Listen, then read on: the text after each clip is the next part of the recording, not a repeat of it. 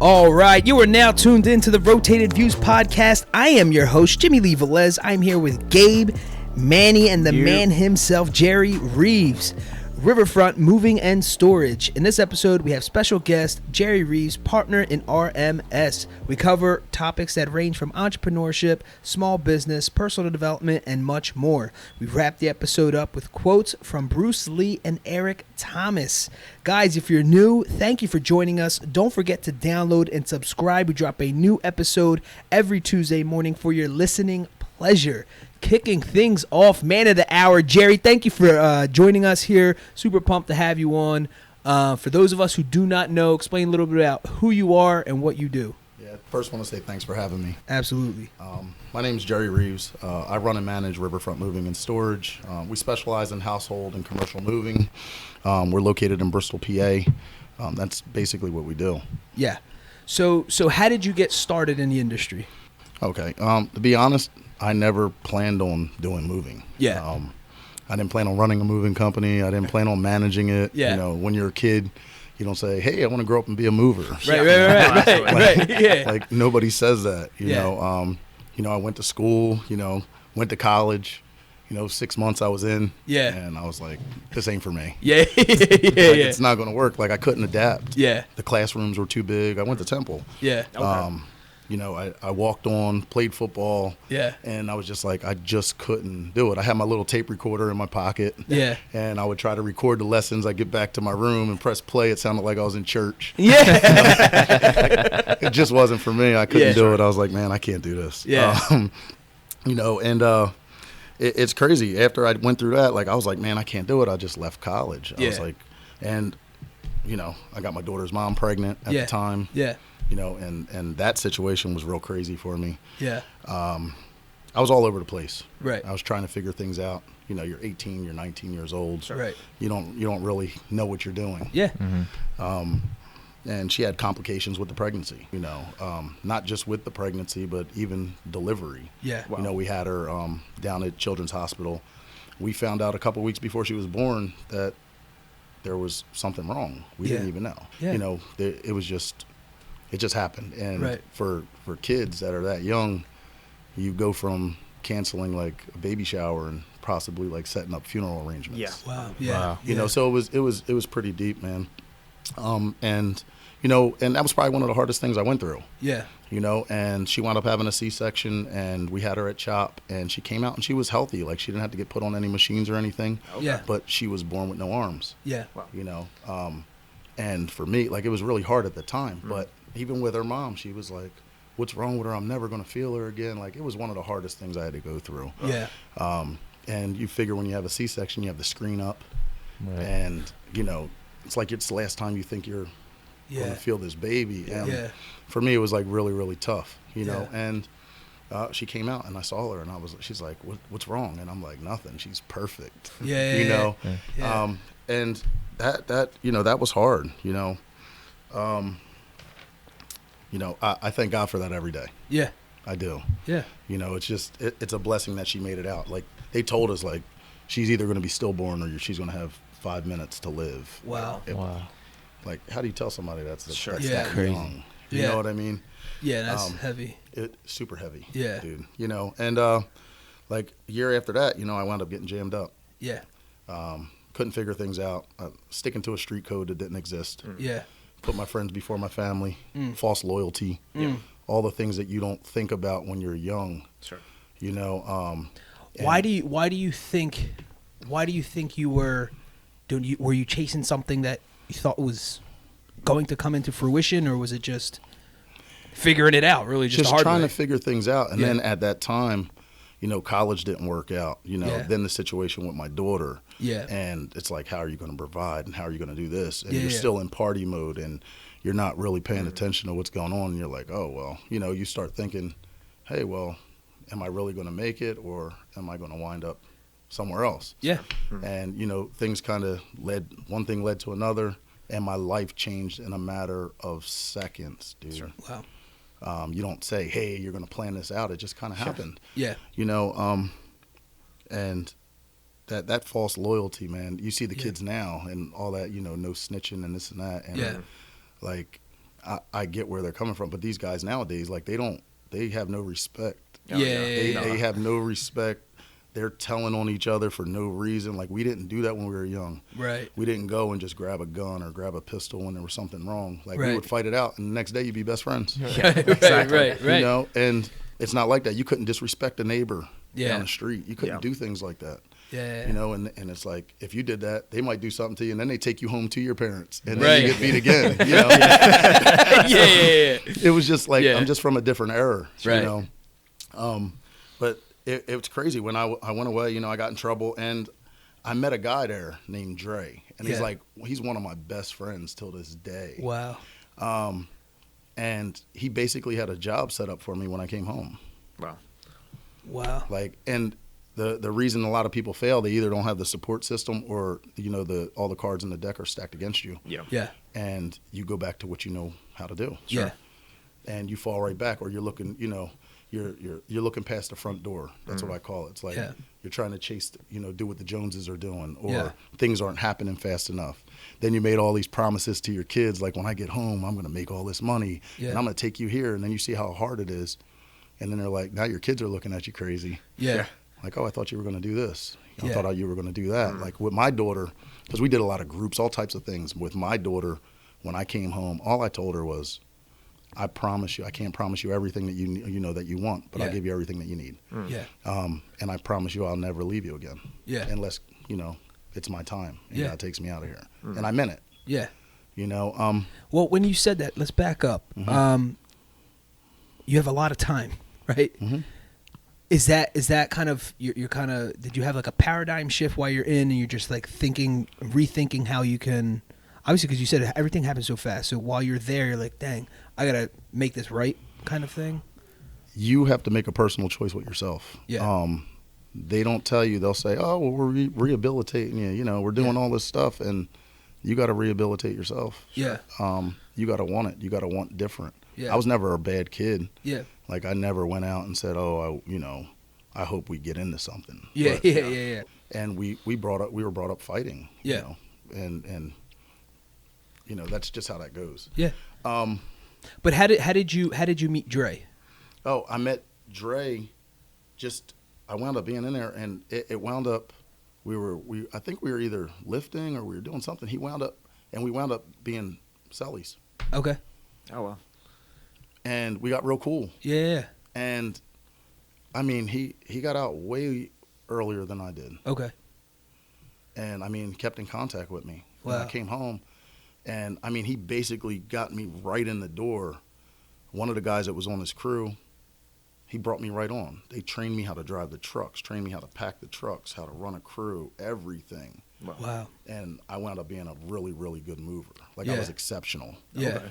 You know, and I wound up running my own crew. I was training guys how to pack trucks. I was training guys how to do stuff. It was just, it was different, man. And I tell him to this day, like, I'm indebted to him, man, because, you know, I love him, man, for a long time, man. And I just had a lot of things and a lot of people that were put in my life at certain points in time, you know. And it just kind of helped me out. So how did you go from, you know, being becoming basically a professional mover at this point to then making the decision to do this whole thing on your own? That's a good question. All right. If I back up and I say, like, I became a really, really good mover. I wound up loving it. And when it wasn't like nothing I did before. I used to drive forklifts. I used to do that. You go to the warehouse, you punch in the clock, and, you know, you're stuck there for 8 hours a day. I was gone. When I came home, it was my freedom. Dude, I was in a truck every day. I was dealing with customers every day. It was something I wasn't used to. It gave me that freedom and the ability to get around. And it was the same type of work, but it was a different place with people every day. You know, and I loved it, man. I loved everything about it. So when you came out, you weren't nervous, right? I mean, you know, coming back into the world, coming back into society, you know, you jump in, you have a job, you know, interacting with people. Were you nervous? You jumped in, you were just excited about life. It wasn't that easy. When I couldn't even buy a sandwich in Wawa. Wow. It was hard. Like, because they had the screens. It was Technology horrible. changed for him. Like, what is this? It was terrible. It was like there was so much things and it didn't give you the price or the calories and all that stuff like it does now. Yeah. So I went and I ordered sunflower seeds and I left. It was horrible.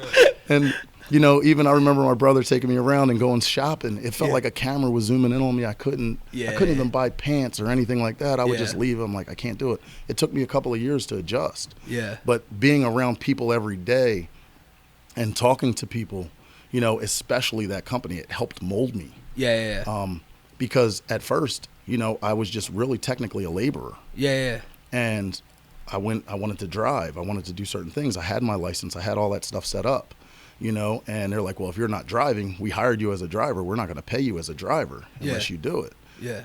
And I came on and I started driving and I started doing it. But I had somebody else doing paperwork. Okay.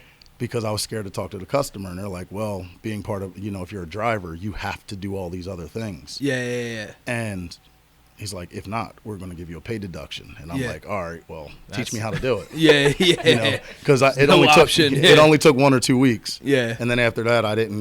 My check was looking crazy. So, I kind of stepped up to the plate. And I was nervous at first, but then it just flowed.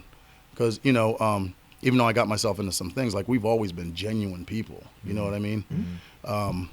It just comes across that way. I always live off integrity. It's just one of them things, and I adapted so well to that. Yeah. So how did you mold yourself? Do you think you always were a leader? Because it just seemed like all of a sudden you had your own crew, and or was it just the know-how? No, it wasn't that. A lot of things with me was my brother was a really big motivating factor for me. Yeah. And I mean, I know I went off kind of on a tangent, but to be honest, do you know how I really started this? Because I was just giving you a little background. Yeah. I wound up, you skip a few years, I was a seniority driver. I was running my own crew, all this stuff, and I got fired. Yeah. Got fired from my job. Oh, no. Wow. So, and I didn't save any money. Yeah. And it was crazy. Even if you take a little step back from that, I didn't get fired from my work performance. Had nothing to do with it. I was one of the highest paid employees and nobody even knew I was. Yeah. They paid me a certain amount of money on the books, paid me money off the books, paid me on everything I sold. It's because I made my value exceed my cost. Yeah. And I loved it. Like, it didn't feel like work to me. Right. I don't know why I loved it so much. I just did. Yeah. I loved everything about it. Yeah. And, and what happened is in January and February, moving gets very slow. Okay. And this I really didn't know it had seasons. Yeah, it's nobody spends money after Christmas and New Year's. Yeah, that makes sense. That makes sense. It gets super, super slow. Okay, I was working 3 to 10 hours a week. Ooh, I couldn't feed my daughter. Wow. Yeah. Okay, and my brother the whole time, he's never really worked for anybody. Yeah. He's like, stop slaving for this guy. He's like, one part of the removal business is, scrap metal, and he taught me everything about it. Like, he's like, it's tax-free money. Mm-hmm. He would call me every day. He's like, yo, I just made $300. Yo, I just made $200. An hour later, I just did this. And I'm like, yeah, I'm going to quit my job. And he called me the next day. Yo, bro, where you at? I'm like, on my way to work. Yeah. It's like that rat race. It's the thing. Sure. It's like, it's what we're taught, Yeah. And, I wound up getting my first truck. And this was it was in January, and he had already taught me how to do everything. And like when you guys got here, I told you, like, my first truck I ever bought, I bought it with a Walmart credit card. Yeah. I went in line. They're like, you want to apply for a Walmart credit card? And I'm like, yeah. And they shot me down at the register, and they mailed it to me, and I found this truck on Route 13. The guy wasn't there. He sent his wife there. It was on a lot. And they were like, hey, you can get this truck for $1,000. And I was like, okay, and I'm going to pay you cash. I got to the auto tags place, and they accepted Discover cards, and the Walmart card was a Discover card at the time. Gotcha. Wow. And they let me run it, so I still had the money in my pocket. The truck, It was a stick shift. It didn't even go into first gear. It was a Ford, a straight 6. Yeah. And my brother helped me put the walls on it. Jay Mongolia was starting his business at that time. Yeah. I ran into him. He got sheet metal from, I think, his uncle. He tagged up the side of the truck. I got some cards, and, I was technically in business, Yeah. And I was driving around, and, like I said, my brother had taught me everything about, picking the trash, like the difference between the non-ferrous metal and, separating it from things so you can capitalize and make the money. And then you have copper and stainless steel and aluminum and all these different things. Yeah. And if you just drop something the way it is, you don't make any money. Yeah.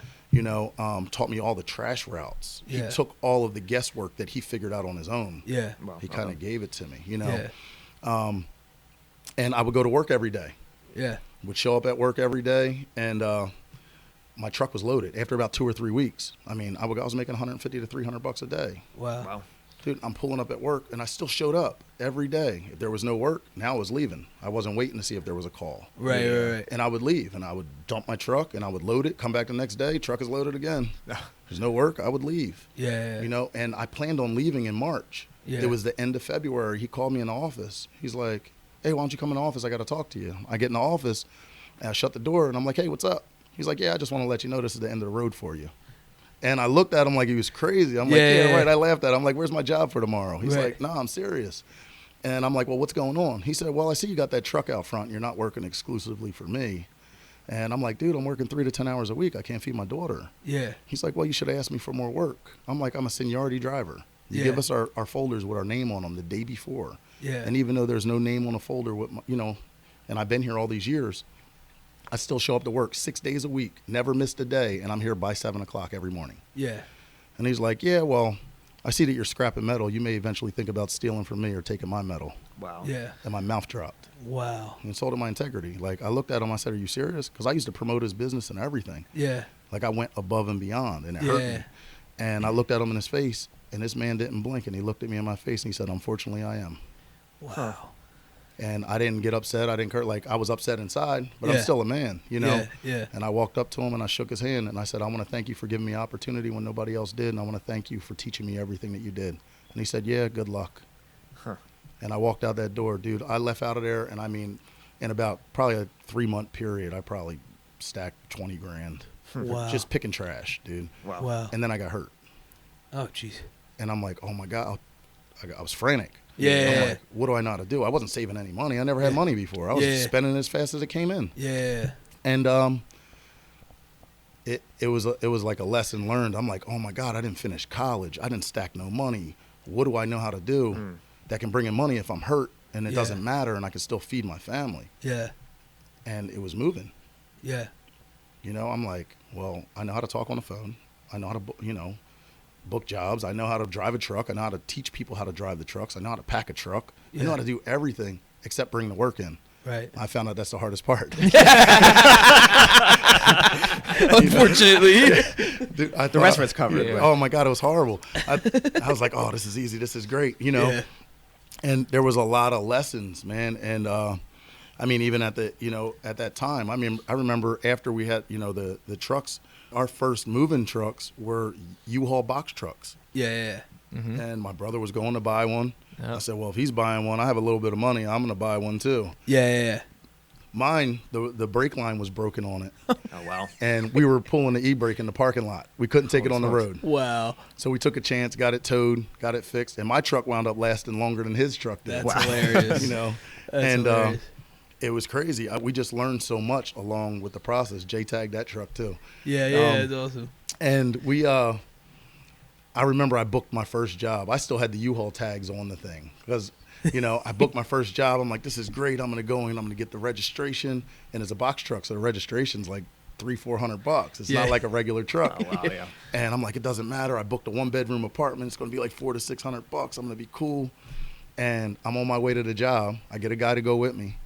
And I called a customer like 15 minutes out, and they're like, oh, we moved yesterday. We forgot to call you. Oh, no. Dude, and it just taught me, like, never count your money before you get it. Yeah. Dante used to always say that to me. And I'm like, so it just taught me a big lesson. And, even with that truck we had, I started to book work. And I remember I had a Honda Accord at the time. We went out. There were so many pitfalls. We went out on the job. We came back. The river had came up. Yeah. Down off of Mill Street. Yeah. And my car was flooded. The water was all the way in it. They were literally riding canoes in the parking lot. Oh my gosh. It was all the way across the seats. So I'm like, oh my God, I got to get my car out. I walk down there. It's up to my waist. And I drive it out. And my brother's like, what are you doing? It's Honda. It's like, it's electrical. He's like, drive it back in the water. You got full coverage. Like, what are you doing? So I drive it down there, and, you know, the insurance, obviously, they only gave me $3,000 for the truck. I mean, for the car. Yeah. And I'm like, what do I do now? Yeah. You know what I mean? Do I go get another car? I didn't go get another car. Yeah. You know, I went and got a logo made. Yeah. I went and got a street team. We printed up probably like 10,000 flyers. Wow. And we just started guerrilla marketing. Yeah. You know, a lot of research went into it. Like if you live in a house, for example, I don't care if you're renting or you're buying, like you stay there for 3 to 5 year period. Yeah. You have all these apartment complexes and things like that. You sign a lease every year. Right. And I tried to do it the right way. Like I went in and I would go to find out who the property manager is. Hey, can you put me in your move-in packets and all this stuff? And they're like, who are you? Yeah. You know, they had no idea. I had no track record, you know. And they wouldn't let me do anything. Like it was terrible. So then I would sticker their complex. Yeah. I did. We would go out and we would pump the flyers on every door, you know, and then they would call us. Like, you got flyers flying everywhere, this and that. And I'm like, well, where are you guys located at? Yeah. You know, and they would give me the address, and I would come in and set up a meeting with them. Yeah.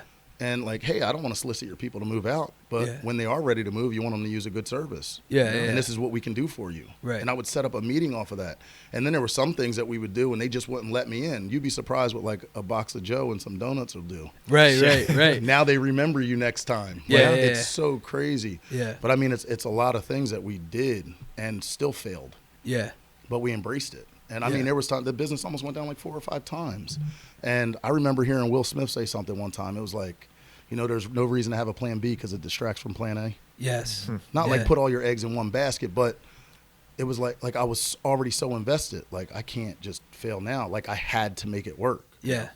Like, I had no choice. Yeah. You know, and it's just the grind, dude. It's like every day you get up and people don't realize, like, you're the first person up. You're the last person to go to sleep, even after they come in and do their shift. And you're checking emails and you're doing this and then the payroll, and you got to make sure everything's straight. And it's like, it's a lot, dude. You wear a lot of hats. Yeah.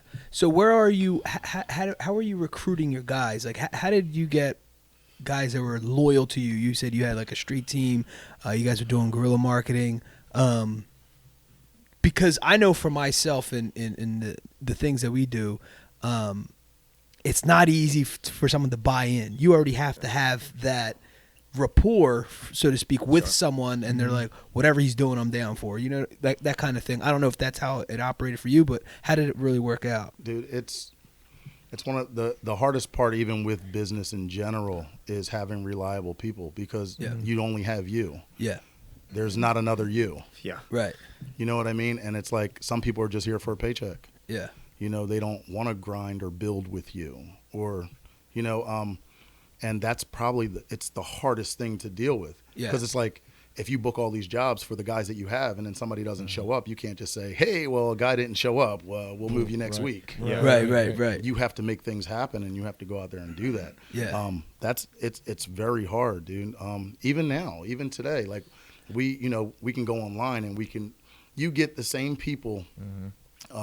I don't care if you pay people or you go on Monster or any of these other things.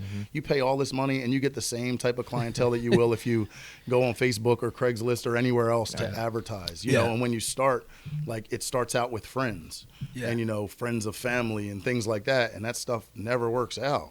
Yeah. You bring them on and it's like they think they can get away with things because you're cool, but they don't realize business has no emotion. And it's like, I really worked hard. I had a lot of guys in place, and thank God I got the guys I got. Yeah. Because they make my job so easy. Yeah. Like, I trained them, I put certain things in place, but they keep it going every day. Yeah. You know, they ride for me, man, and I take care of them. Yeah.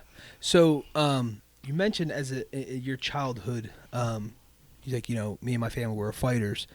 Is that something that you apply to now, running a business, being a leader? You say, like, so many things went wrong, and you're just out of experience and you have to go through these things. Is that something you kind of apply literally as a fighter? Just you got to get up and just try again. Yeah. Not only that, I was trained my whole life. I trained with Tommy McGonigal. I was one of Tommy's first black belts. Okay. When I was 10 years old. Nice. You know, and it's crazy because I still speak to him till this day. Yeah. You know, and he was like my second dad. You know.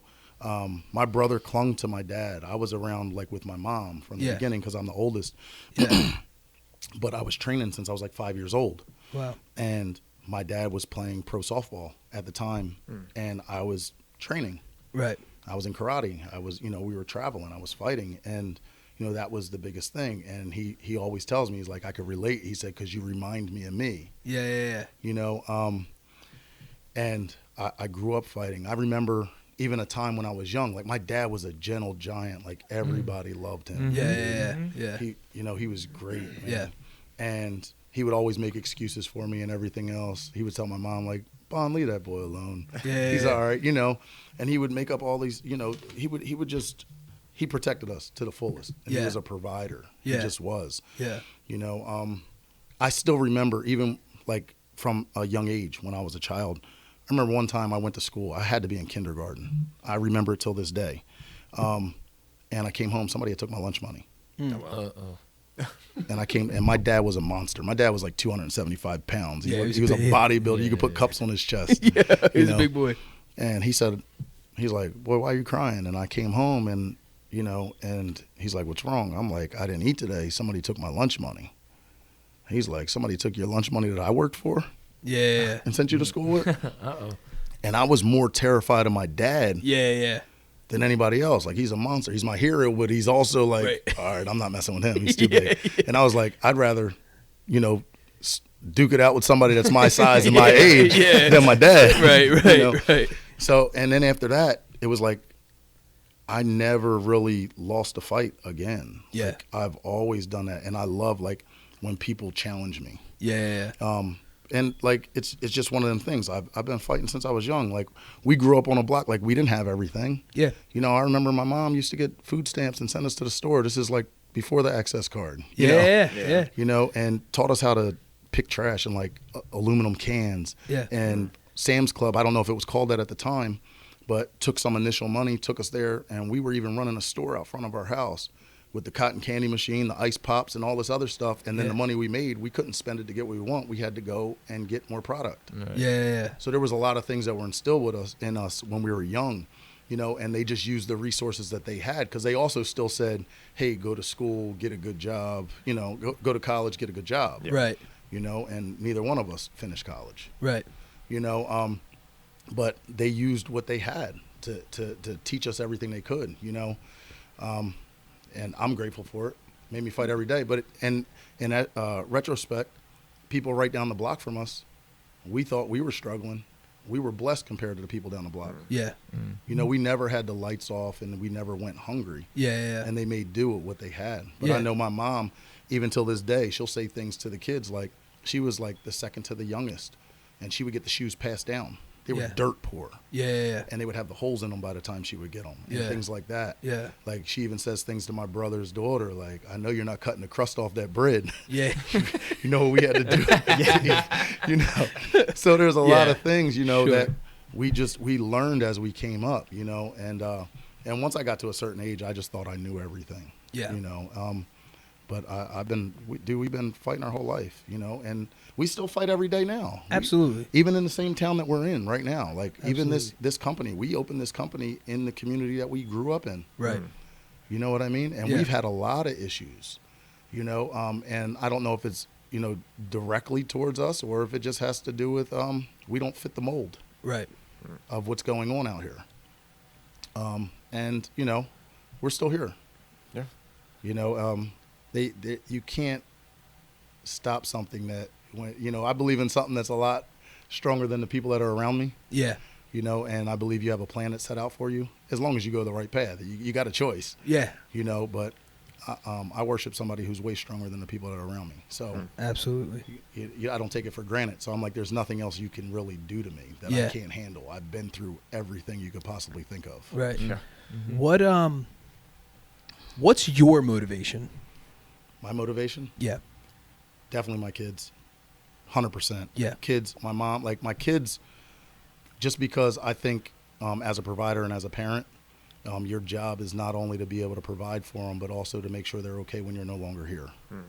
Not just while you're here. Absolutely. My mom from day one has always told me, like, you're going to be something special. Yeah. You're going to be able to do this. Like, I had natural talents and things. I have talents that I've never even done anything with. Yeah. My brother's like, dude, what are you doing? You're crazy.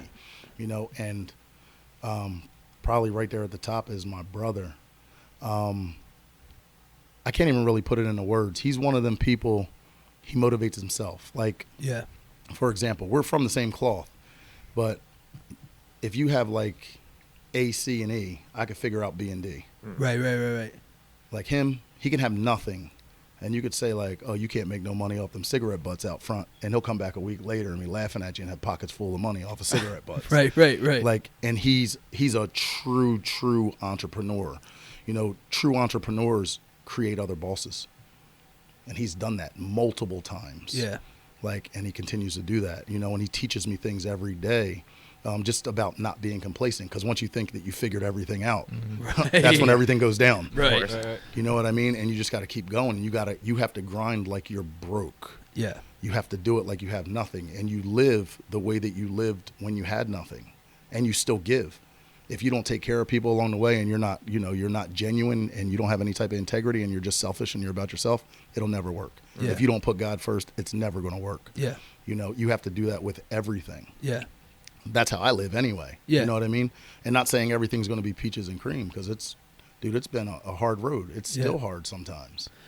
So you and your brother, I don't know if you guys went with anyone else, but I know you and your brother just came off of I believe it was a cruise in Jamaica with featuring Eric Thomas, who's a well-known motivational speaker. He has all kinds of books and materials out there to help, you know, people become better versions of themselves, as we always say.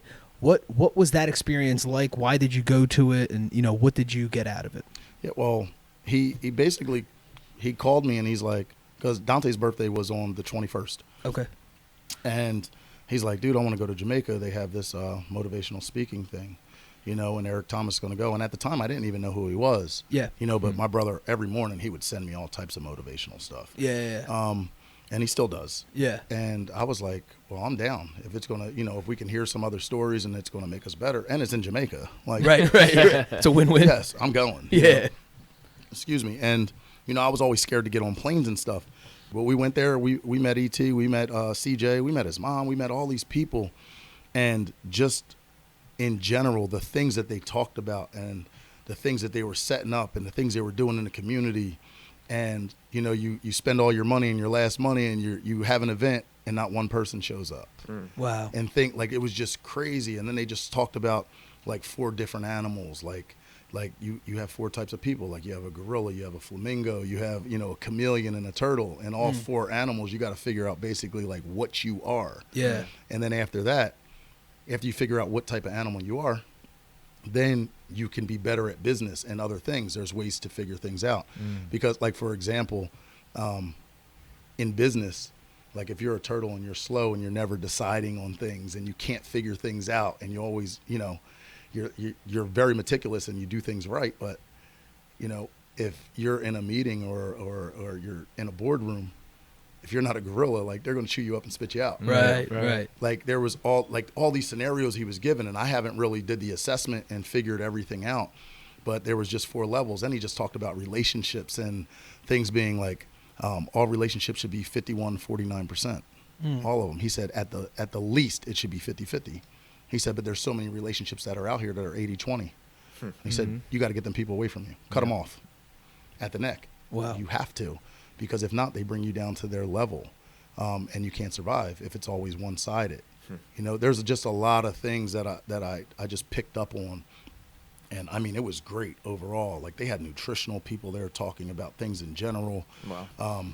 And they had it set up, and there was like a schedule for the whole week. Like, the seminar was every day while we were there. But I wouldn't trade the experience for anything in the world. Even when we met his mom, she's like, oh, did you go to Philadelphia? He was just there. We're like, no, we came to Jamaica. And they're like, what? You know? Yeah. That funny? Know? And he has another event that's coming up, and, you know, we're going to probably go to that too. Wow. But it was just so many things that you could just relate to on that level, because we wing things for years. Yeah. And even now, like, there's certain things, even with social media and stuff like that, you know, that we don't have all that stuff figured out. We basically word of mouth is what built this business. Yeah. You know, and just backing up everything you say, you know. But that seminar, it was great for me. Yeah. I loved everything about it and the trip in general. They had it set up really well. So you said that was, you've never been to a seminar before, right? A motivational seminar.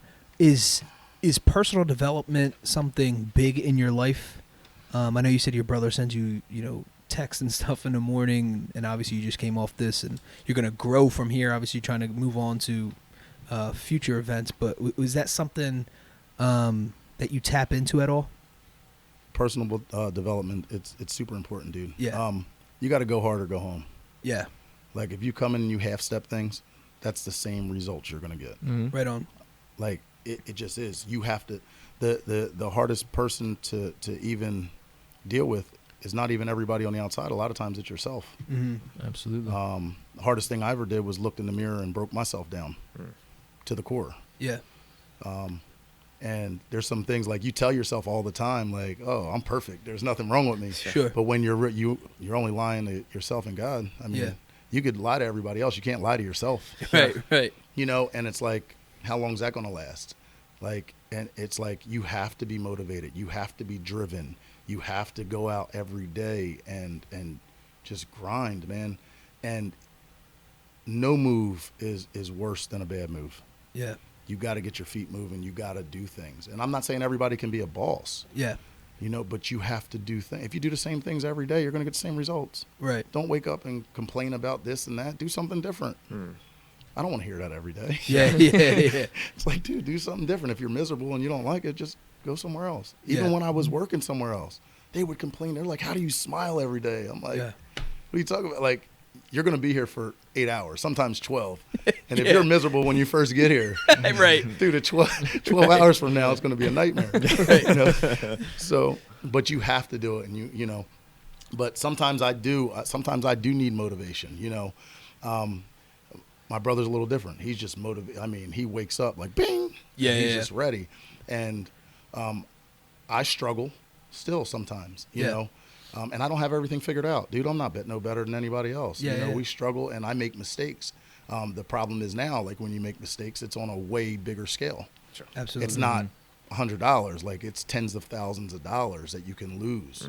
It's a nightmare. Like, and you learn from your mistakes. And if you don't, your business can shut down. Sure. Now, when we were just about to get the show started, you got a phone call, you're shooting out text messages. How do you organize your business in a way of getting your guys ready to rock and roll for the next day? Yeah, basically we have a schedule. There's jobs that are on the board, and every night I make sure that I shoot a text to the guys, that are on. Yeah. We usually only keep like enough employees to cover the jobs for the workload for that time of season. You know what I mean? Okay. Like in the summertime, you can have anywhere from 14 to 20 guys rocking. Yeah. But in January and February, it might only be 8 to 12. A lot more lean. Yeah, because the workload's not there. Yeah. But that's basically what we use, and I'll hit them up. I'm like, if you don't hear from me, text me.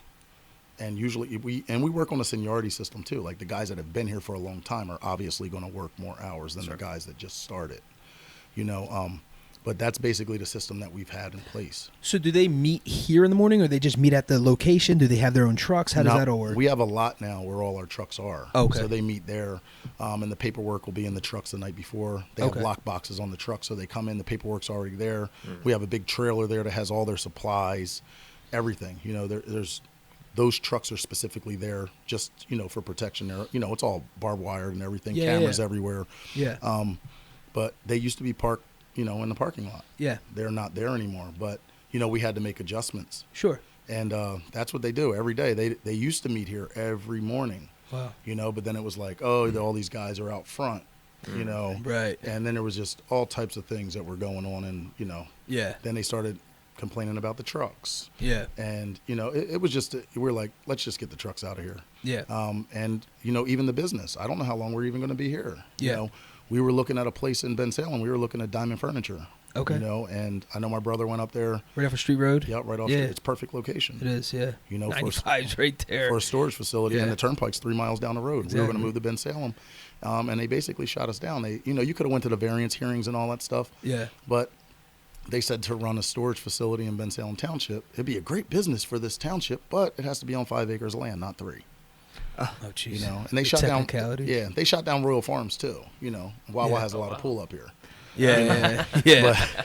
But they had shot us down. So there's other buildings, but I mean, for a storage facility like that, building would have paid for itself in a couple of years, and they wanted a lot of money for it, like $2.3 million for that. Wow. You know, but there's other buildings. We haven't really figured that out yet, but once we get there, we'll do that. Yeah. I have a question for you. You talked about, one of the biggest challenges is keeping your guys around, and now you have guys that work on a seniority system. Through those kind of tough times you talked about, almost losing a business, how'd you keep your guys loyal to you? Were they friends, or what was it about it that kept them coming, every day for work? Yeah, some of them are friends. Not a lot of them. There's only a couple that are friends that have been here from the beginning. Right. And we run through guys. Yeah. And they don't realize what it is, because moving's a little different than your regular 9 to 5. It's really hard to keep guys if they're not a mover. Like, you have to be cut from a different cloth. Like, for example, most people go to work every day and their shift is from this time to that time, and you have a 15-minute break and a 30-minute break. Moving's not like that. Like, today you might be on a 1-bedroom apartment that's 2.5 to 4.5 hours, or you might come in the next day and you're on a 2-truck 6-man move that's 12 to 14 hours. Yeah. It fluctuates so much. Right. That's the hardest part about even keeping guys. So if you're not used to that lifestyle, a lot of people can't even adjust, because your family life struggles. My family life struggled. Right. Even running a business in general, you're like, oh, I'm going to run a whole other level just with that. Dude, it's crazy. And you're like, oh, I'm going to make all this money. It's going to be great, and this and that. And then I don't want to work 40 hours anymore. Now you're working 80 to 120. No, it's double, tripled. That's right. You think you're changing it for less time, more time with the family. It's the opposite for a small business. I mean, now you're running 60 to 80 hours a week. And it's all, most of it is behind the scenes, right? Everything. That nobody sees. Yes. It's the emails and the corresponding with customers. And right.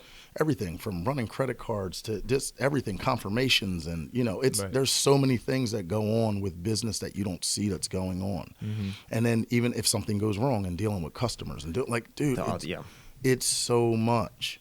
So what's your obviously you've never gotten to the breaking point, and there's always going to be struggles, but classify what a perfect day is for you. Just from morning to end, what's a perfect day for Jerry Reeves and RMS? I haven't had one yet. Really? To be honest, you always hope that something goes perfect. Right. Absolutely. It never ever goes perfect, not unless there's one job that day, right? And it's a little small apartment. It's a layup, right? Yeah, right. That's it. It's never perfect. Business isn't, and you have to be able to make adjustments too, right? Because if you can't, you're going to go down flaming. Right. I mean, and so for you, is it just managing pretty much mini crises every day? I mean, because it's never. It's always the little ones that stack up, and just wear on you and just beat you down little by little, little by little.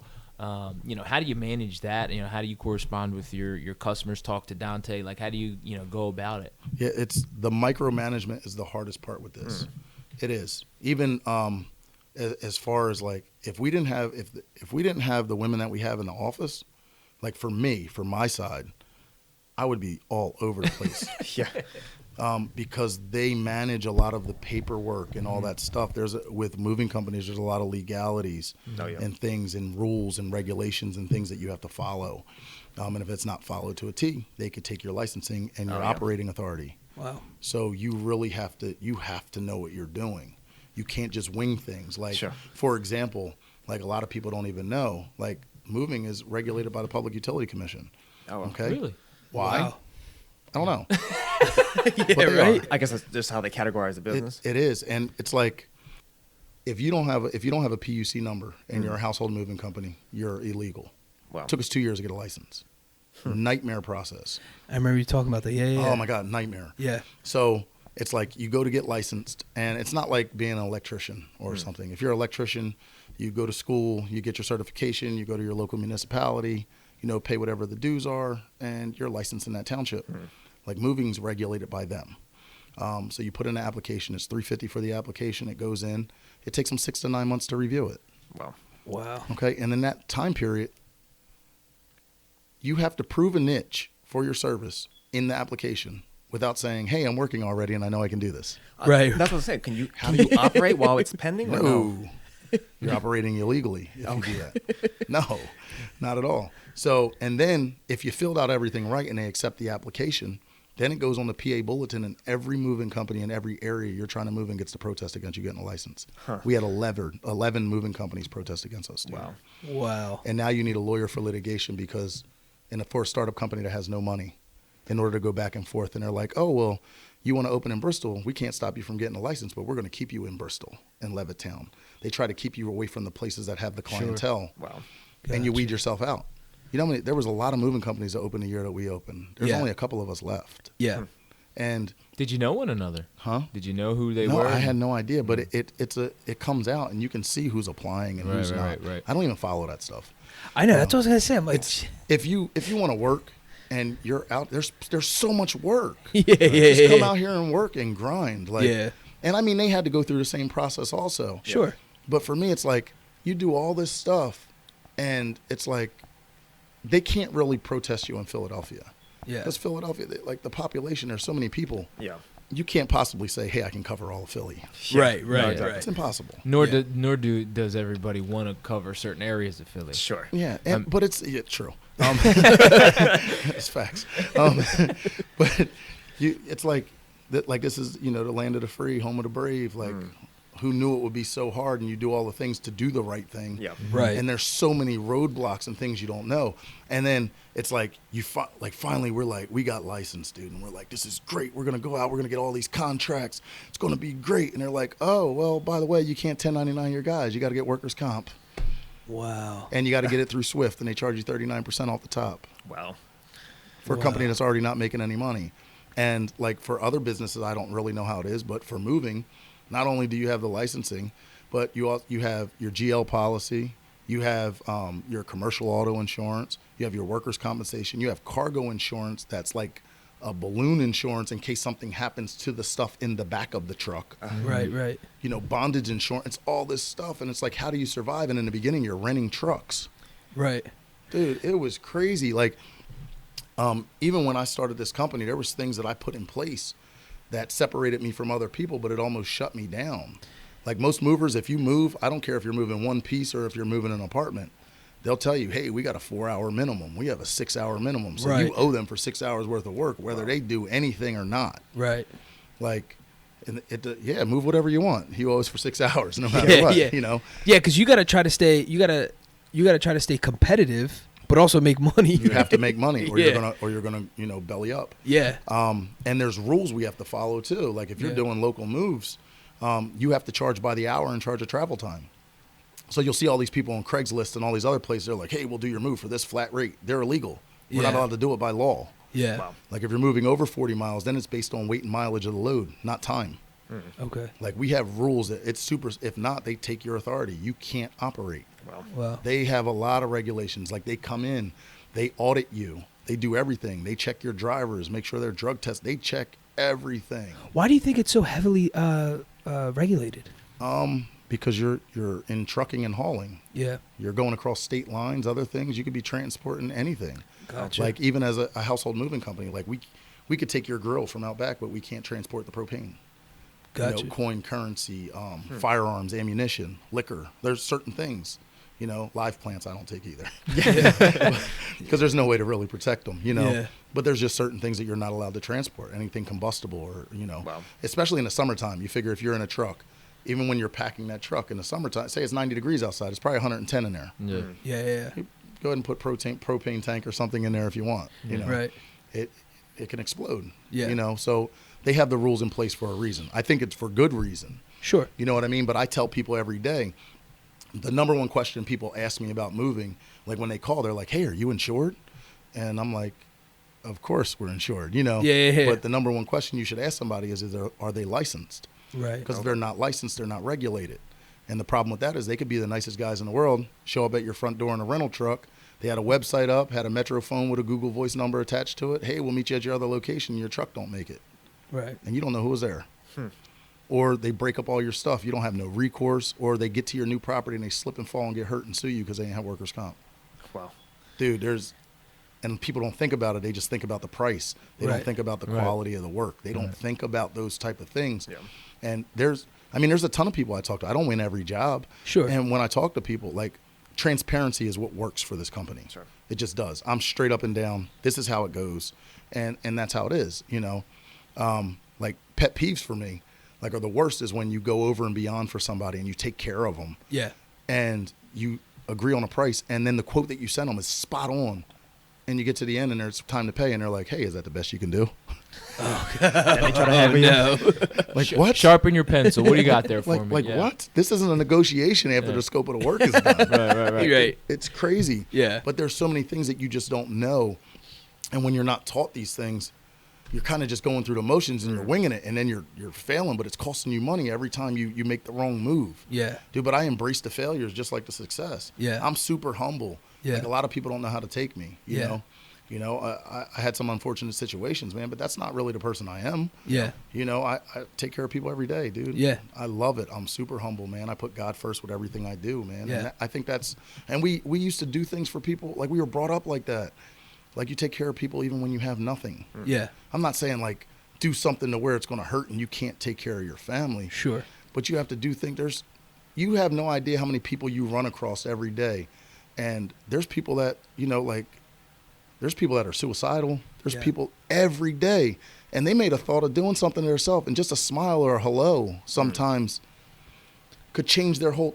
You don't meet people by chance. Right. There's a reason everybody runs into somebody. Yeah. Like, you do that. There's a reason for that. You don't know what that person was going through. And just, hey, like, it Right. works. Yeah. Right. I do it every day. You know, there's times where people have talked to me and had no idea I was going through something. Right. And they just mentioned some things, and I'm like, man, it's really not that bad. Yeah. Yeah.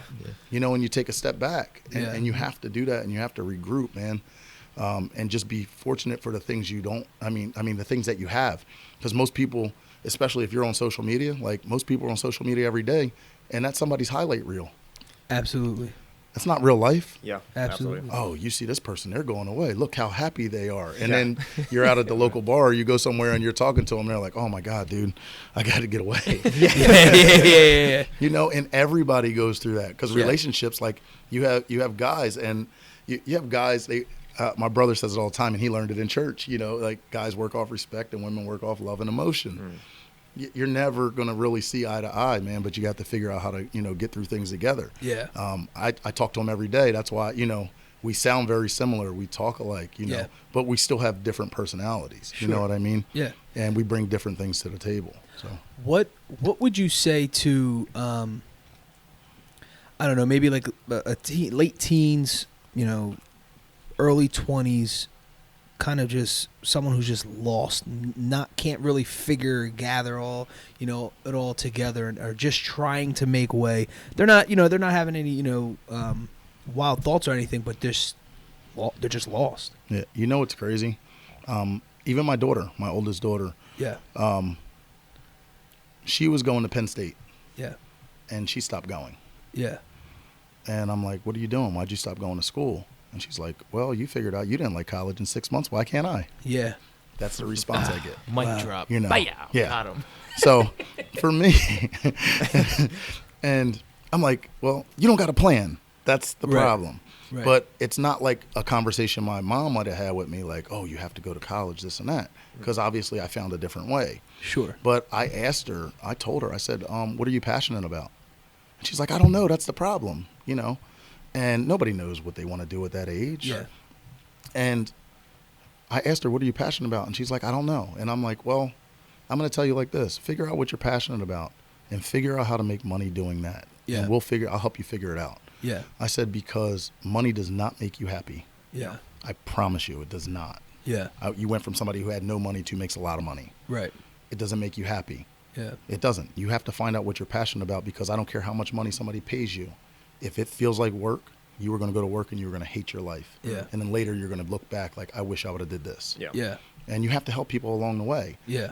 But you have to start somewhere, dude. And it's so hard to just say, hey, I'm going to do this or I'm going to do that. I would first start with things that you like to do. Yeah. Everybody has natural God-given talents. They Yeah. just haven't, a lot of people just haven't tapped into them. Absolutely. They don't know what that is. Yeah. I didn't even think I could do this podcast. Right.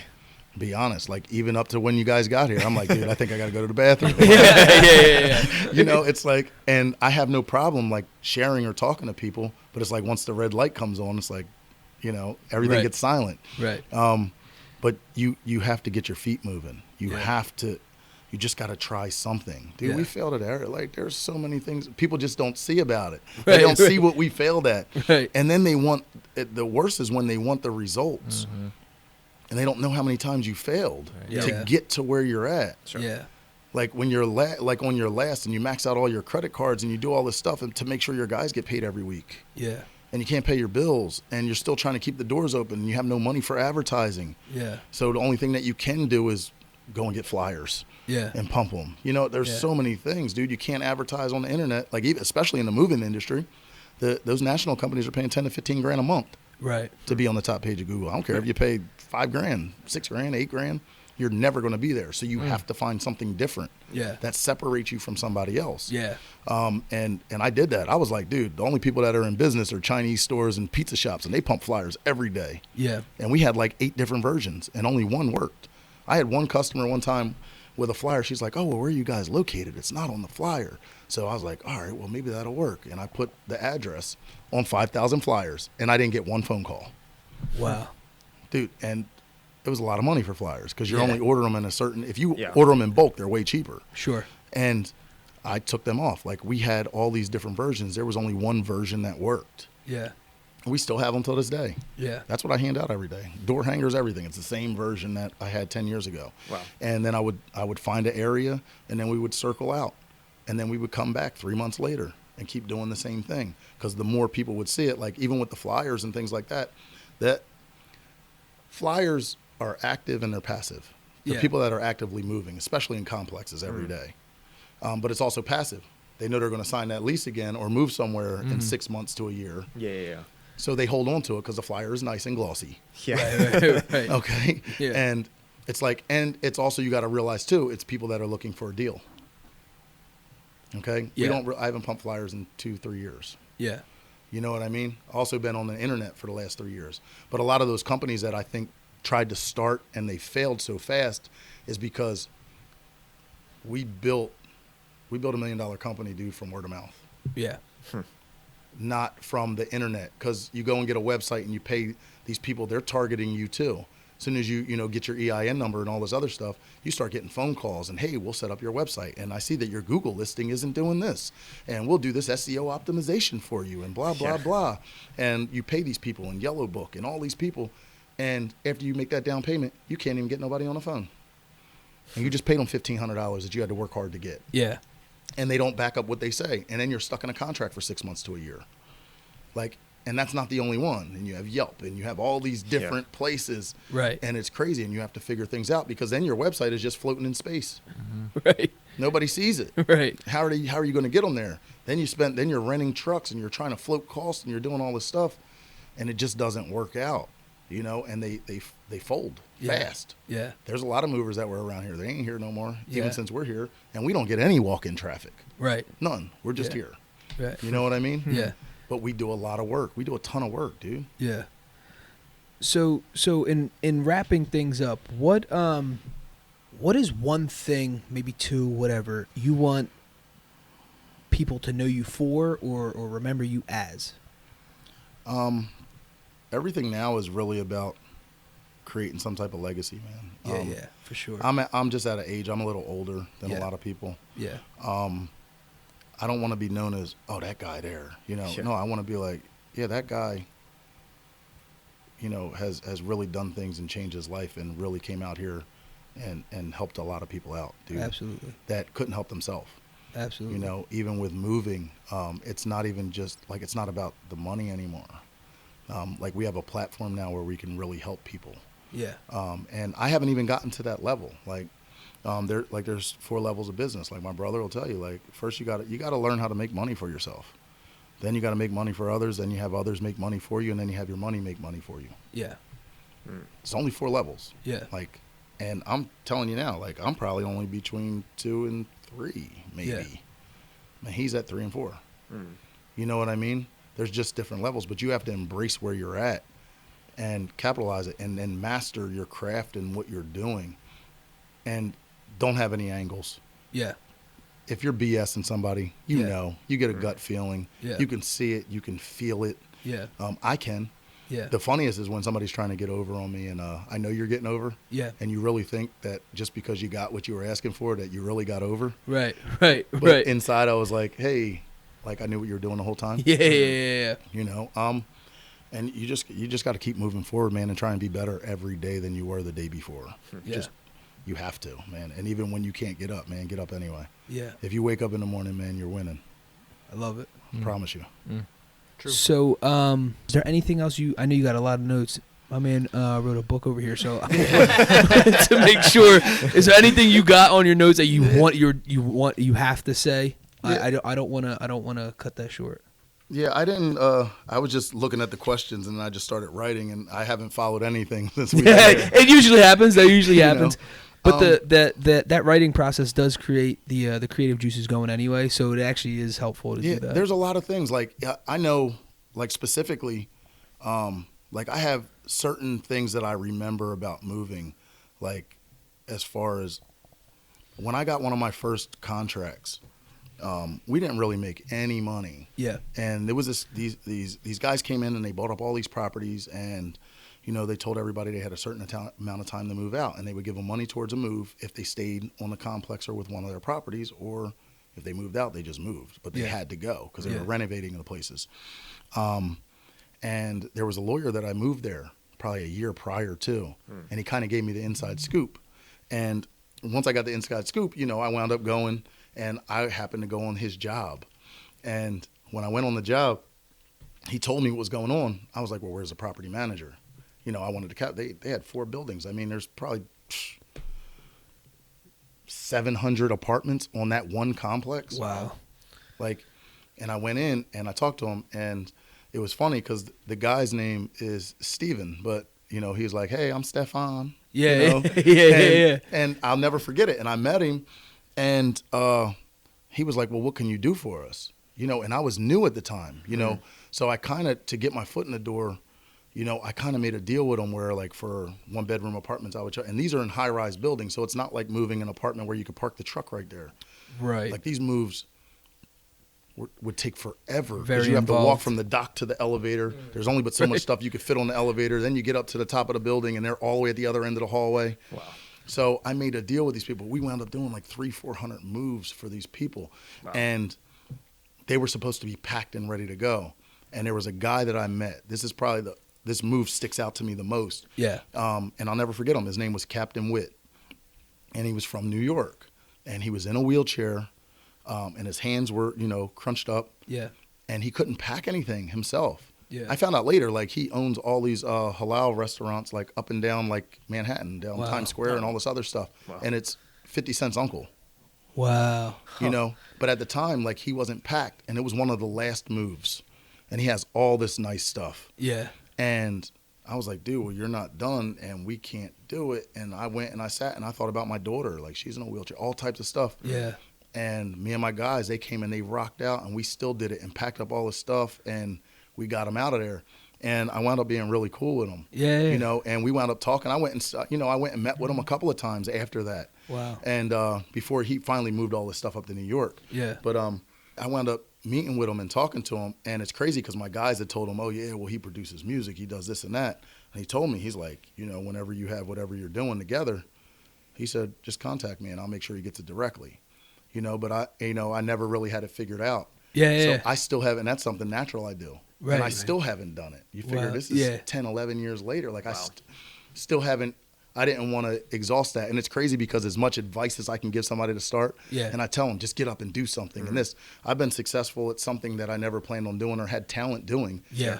And me, myself, I got my own demons, and I'm still scared to go and try because I don't know how to do it. Yeah. You know what I mean? So it's like, you know, I still struggle. So other people that think they have it all figured out, they don't. If you do, man, like, Yeah. I don't have it all figured out. Yeah, for sure. You know, and that's something that I'm passionate about. Like, I love it. I love art. I love music. I love all these things. And most artists only, you know, they make it after they die. Right. You know, and Right. it's stuff that I never really tapped into. My brother, he says it. He's like, now imagine 10 years ago if you would have did what you're really good at as opposed to something that you kind of figured out along the way. Right. Where you'd be. Right. You know, and it drives me crazy because he's like, you know, that music's not doing you any good sitting in that computer. Yeah.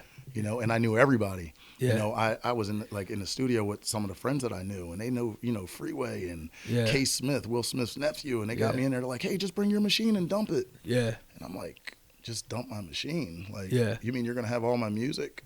Yeah. Yeah. They're like, yeah, and we're going to clean everything up. And, you know, like, when you're recording, you have to track everything out. Yeah.